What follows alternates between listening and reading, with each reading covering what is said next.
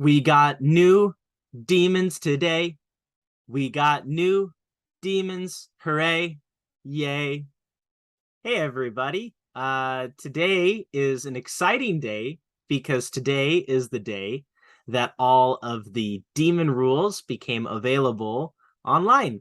There's all kinds of really cool review channels out there that are doing videos about what's in the book. I encourage you to look around, take a peek at those. And what I want to focus on is one of our very favorite units from the book, the royalty themselves, the Demon Prince. So, the Demon Prince is, in a lot of people's belief, getting overshadowed by some of the options available to the greater demons. But I don't think that's necessarily the case. There's a lot of really cool ways you can design a Demon Prince and bring that with your army that will give it really powerful effects that'll make your faction feel quite a bit stronger. So I've narrowed down a list of 4 specific builds, one for each god, that I think are interesting, good, and worth exploring. And so we're going to start reviewing those in order of the god number. So yeah, hopefully I give you a couple of cool ideas to float around and maybe try out on the tabletop in the coming weeks. Starting off with Zeech, we have a Demon Prince built around the idea of positional utility. This Demon Prince is the Warp Fire Tether. In order to assemble this combo, we're going to need 3 key things. The first is the Warlord trait Warp Tether. This is a Warlord trait that allows your Demon Prince to have the Warp Locus keyword.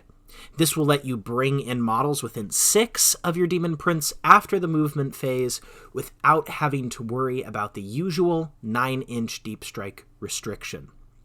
The Warp Tether also gives you reroll on morale tests for nearby models, which is really nice on things like horrors if you are deciding to bring more pink horrors in your build. The next thing that you do is you take the relic, the Warp Fire Blade. This is really just meant to amp up the amount of damage that this Demon Prince does when you send it into melee.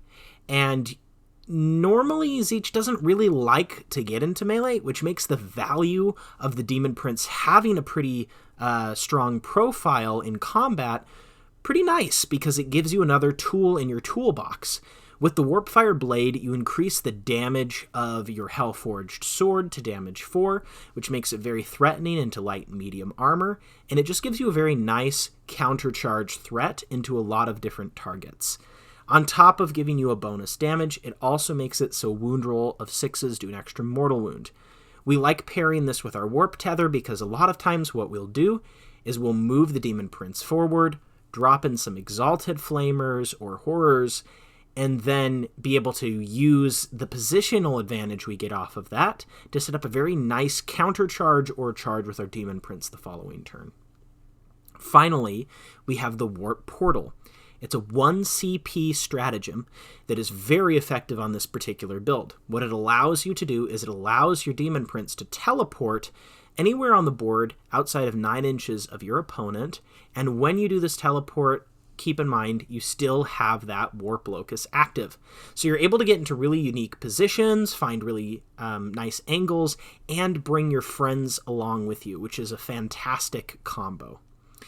With these abilities, you can kind of see that this is more of a utility style of Demon Prince. It's not going out there to do all of the damage for your list, but it is still scary in combat, and it's providing you with a lot of benefits in terms of how cagey you're allowed to play the game. And as the Demon player, one of the big focuses with the faction now is going to be utilizing every positional tool you have available to maximize the potential of the units you bring to the table. The next Demon Prince we'll be discussing today is the Khorne Demon Prince, the devastating Kingslayer. This particular build is designed to make your opponent's characters terrified of setting foot anywhere on the board within charge range of your Demon Prince. In order to achieve the feat of ultra violence this gives you, we're going to want 2 key things, and we're going to benefit from one incredibly powerful stratagem. So the 2 key things we need, the first is a Warlord trait called Devastating Blow. What Devastating Blow does is it allows you to ignore rules that ignore wounds when you attack with your Demon Prince. Where this is very, very important is when you send your Demon Prince into things like Gazkul, Satan, and Abaddon. Once he gets into combat with those guys, you do not care about their phase cap. You are going to try your best to kill them all in one go, and one way we can help achieve this is with our relic, Argath, the King of Blades. Argath gives us +1 damage on our Hellforged weapon. I particularly like it on the Hellforged sword, which moves it up to AP 3 with 4 damage, which is very threatening on his profile. Especially because, as a Khorne Demon Prince, you benefit from +1 strength and 2 additional attacks. So you have 8 total attacks, swinging with high strength, high AP, and violently high damage. Argath doesn't stop there, though. It also allows your Demon Prince to ignore rules that would modify your to hit or to wound when swinging with that weapon. So that allows you to bypass a lot of defensive layers that your opponent might have and really push damage through on some of the most survivable units in the game. So that's how we assemble this really terrifying combination of rules that allows our Demon Prince to fly through our enemy lines, seeking out vulnerable characters and killing them. But Khorne does not stop with just murder. It's also about its spectacle, which is where our next stratagem comes in. This isn't going to make us more damage dealing. Rather, the stratagem is designed to help bolster the rest of our army after we secure our kill. This is with a 2 CP stratagem called Glorious Decapitation. Easily one of the coolest names in the game. What this allows us to do is if one of our characters kills an enemy character for 2 CP, we can make our Demon Prince, for the rest of the game, provide an aura of 6s to wound, doing additional mortal wounds. Not just for himself, but for other core demons within a 6-inch range of the Demon Prince.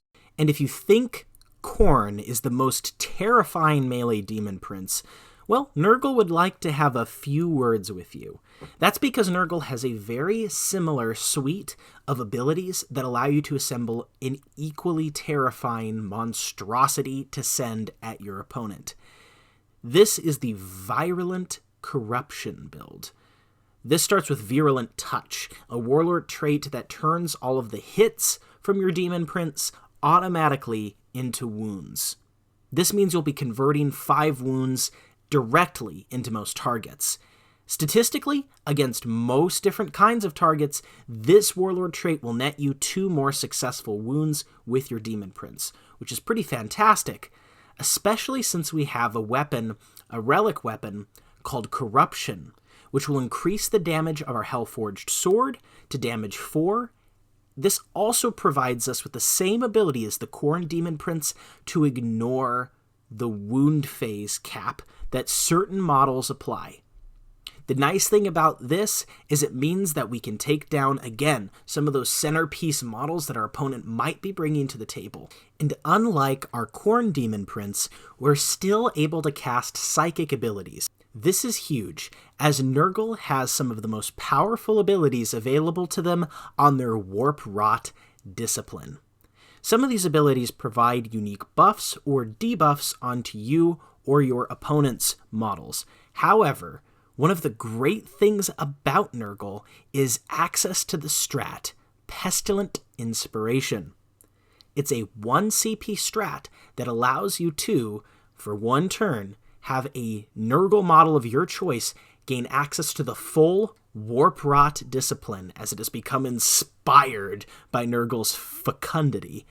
Well, this stratagem is very particularly powerful on the Nergal Demon Prince, because most games, since you're so restricted on the number of casters that Nergal has, and you have such a range of vastly useful abilities, you don't really have an opportunity to take some of the more niche picks among the psychic tree.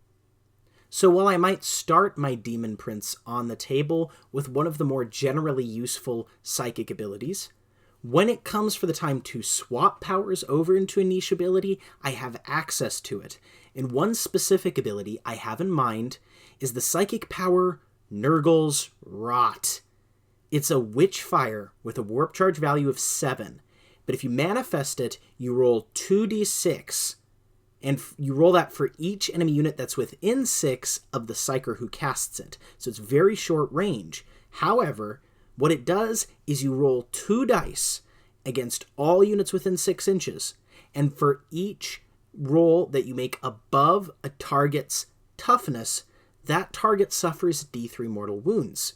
However, if you roll double their toughness, which is pretty easy to do on things that are toughness 4 or toughness 5, it actually is going to do d6 mortal wounds instead. It's a very powerful short-range ability. Normally, it's something that the Great Unclean One struggles to make good use of. Despite its larger base size, you can't usually get it to the exact position you need to do damage with this. But a flying Nergal Demon Prince is a whole other story. Able to move over terrain and your opponent's models, you can find ways to land this thing in the center of your opponent's army and hit them with a gigantic wave of Nergal's Rot. Obviously, that pairs super well on a model that can move quickly into position and can follow that ability up with a charge to do some extra damage on top of it all. So dive bomb their backline with this, find their characters, rip them to shreds, and maybe have some plague drones follow along for the ride. Last but not least, Slaanesh leaps from the mist to help support the rest of our terrifyingly fast forces with the Warp Excess build. This particular build is designed around one key warlord trait and a relic that provides additional utility. The key warlord trait is not what you would expect, though. Slaanesh has a whole range of warlord traits that will bolster your defense or your attack with your specific warlord. And those are all fantastic, and usually you don't have the opportunity to pass up on one of those buffs when you're running something like a Keeper of Secrets. But since we're running our Demon Prince here, we have to think about the world in which we provide it with a warlord trait. And that gives me a lot of interest in one in particular. That's the warlord trait Warp Mists. What this one does is really simple, and at first you might miss the power in having access to this. But this warlord trait provides you with the ability to conserve 2 unspent Warp Storm points so that you can utilize them on a future turn. Slaanesh, possibly more than any other god, really needs to have its Warp Storm points on the turn in which you send in your hordes. Now, if you're running a Demon Prince, along with it, you're likely running a good number of other characters that can hide safely behind obscuring terrain, along with your host of demonettes and fiends. This will let you launch them forward on the turn in which it is time to hit that go button and destroy your opponent's force without having to worry as much about the results of the Warp Storm table. Essentially, you don't need those points right away. You're going to spend the first turn setting up so that you can devastate them on turn 2 or turn 3 when you start catapulting the demonettes out from cover and charging them all over the place. Saving that 2 extra Warp Storm points can often mean the difference on a roll between being able to activate one or more incredibly powerful effects and not being able to quite achieve everything you want to that turn. So having Warp Mists on the Demon Prince is just an incredible opportunity to take that utility piece and keep it safe by using your Lookout Sir ability. That's not all we have planned for this Demon Prince, though. We don't just want it to hide behind cover. Eventually, we want it to start popping out and doing damage on its own, committing to things like monsters, vehicles, and characters to help us pick up those important kills. Well, there's a relic that synergizes really well with that plan. It's the Mark of Excess. What this does is really simple. It gives you +1 attack. However, if you kill an enemy character, vehicle, or monster, it's going to give you an additional attack, and you can stack that up multiple times. This is an incredibly powerful effect in games in which you can protect your Demon Prince and keep it alive. I've played a few practice games with this particular build already, and I was able to get my Demon Prince often to things like +3 attacks, which, even on its base profile, is terrifying, and it means that you're going to be doing a lot more damage to just about everything. So as the game goes on, making your Demon Prince more powerful and using things like Demonettes and Fiends to screen for it or help protect it after it's completed its charges is going to be fantastic. On top of protecting your Demon Prince, we have a notable strat, the Impossible Elegance. This is a 1 CP strat that's going to cause hit rolls of 1, 2, and 3 to fail against our Demon Prince, which is fantastic since keeping it alive and allowing it to stack up its mark of excess is an incredibly potent strategy to help seal out the game as you start getting into the later phases and are skirmishing with fewer and fewer units. So that's it. Tell me what you think. There's a lot of really cool different builds you can go out there and do. I mentioned more than just the 4 in this video because I couldn't help myself. But I'm sure everyone will find different ways that they like to use their own Demon Princes, and I really encourage you to try them out. Like, just because the Greater Demons are good doesn't mean our Demon Princes aren't also incredibly powerful. So as we continue to explore this book, I hope we find more and more combos, and I'm excited to stay tuned with you guys. Please do the liking, the commenting, and subscribing stuff.